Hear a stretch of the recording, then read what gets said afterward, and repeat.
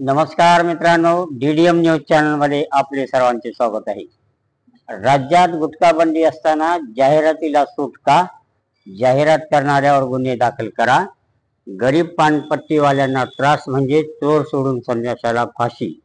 टपरी धारकांचा संतप्त सवाल। नांदेड परिषदेचे पोलीस उपमहासंचालक शहाजी उमाप साहेब यांनी अवैध धंद्याविरुद्ध धडक मोहीम उघडून राज्यात विक्रीस बंदी असलेल्या गुटखा विक्री करणाऱ्या पान टपरी धारकाकडे गुटखा मिळून आल्यास थेट कारवाई करण्यात येत असल्याने पान टपरी धारकांचे धाबे दणाणले आहेत। त्यामुळे पान टपरी धारकांनी आपली पान टपरी भीतीपोटी बंद केली आहे। त्यांचा व्यवसाय बंद झाल्याने या व्यवसायावर अवलंबून असलेल्या कुटुंबावर उपासमारीची वेळ आली आहे। शहाजी उमाप साहेब हे एक शिस्तप्रिय अधिकारी म्हणून त्यांची ख्याती आहे। ते कायद्याचे उल्लंघन करणाऱ्या विरुद्ध कारवाई करणारच, यात दुमत नाही।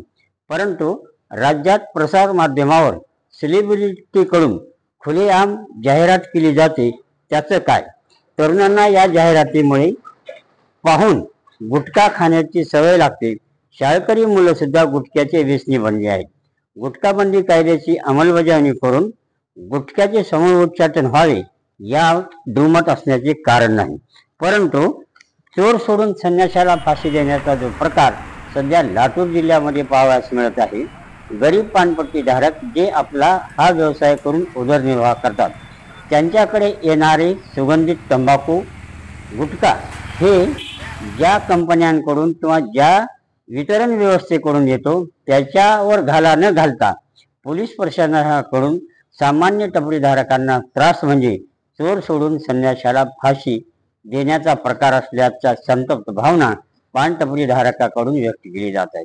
त्याचबरोबर राज्यात हा गुटखा विक्रीला बंदी आहे, तर जाहिरातीला सूट का? तेही जाहिरातीवर सुद्धा बंदी आणावी अशी मागणी सुद्धा जनसामान्यातून व या टपरी धारकातून केली जात आहे। बघूया, राज्यात गुटख्याला विक्री बंदी आहे तर जाहिरातीला सुद्धा बंदी होणार का? हा येणारा काळच आपल्याला याचं उत्तर देणार आहे।